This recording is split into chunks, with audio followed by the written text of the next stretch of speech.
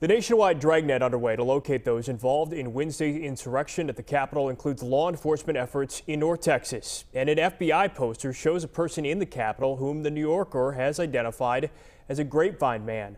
Fox 4's David Centendry joins us with the story. David? Yeah, Blake, multiple family members and a friend of Larry Brock tell the New Yorker that he had become, quote, increasingly radicalized, and that he posted on social media about his plans to travel to Washington, D.C. for President Trump's rally. The FBI is seeking information on at least the dozens of people seen in these photos, and one of them is retired Lieutenant Colonel Larry Rendell Brock, Jr., an Air Force Academy graduate and combat veteran, according to the New Yorker, who lives right here in North Texas. And he had a very authoritative, firm tone, and that's why I noticed it as I was walking on by.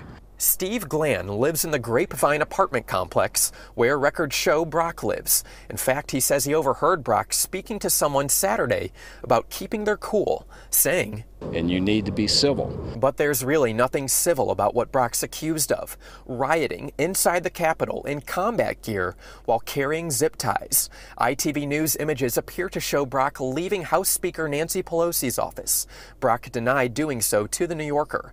His neighbor is disappointed. I don't think anything that I could say right now, and probably what he would say right now, would be constructive. Brock was working for Hillwood Airways in Fort Worth, which is part of the Perot family empire, headed by Ross Perot Jr. But the aviation company says Saturday he's no longer employed. Fox 4 attempted to speak with him at his listed address, but we didn't have access to get past the gate. No person answered when we called and texted his listed cell number, and an employee at the leasing office declined to comment. Brock could face criminal charges. The FBI has already arrested others who breached the Capitol. Some of them are not wearing masks and some are. Retired FBI Special Agent Gil Torres says new age technology like facial recognition software will assist the FBI's efforts. I think that this in itself was unique. However, we have had large venues. I mean, look at Charlottesville. He believes there have always been groups wanting to rebel against the government, but it doesn't always show its ugly face. Brock's neighbor blames what he calls disinformation on social media that might be radicalizing some to the point of crashing the Capitol.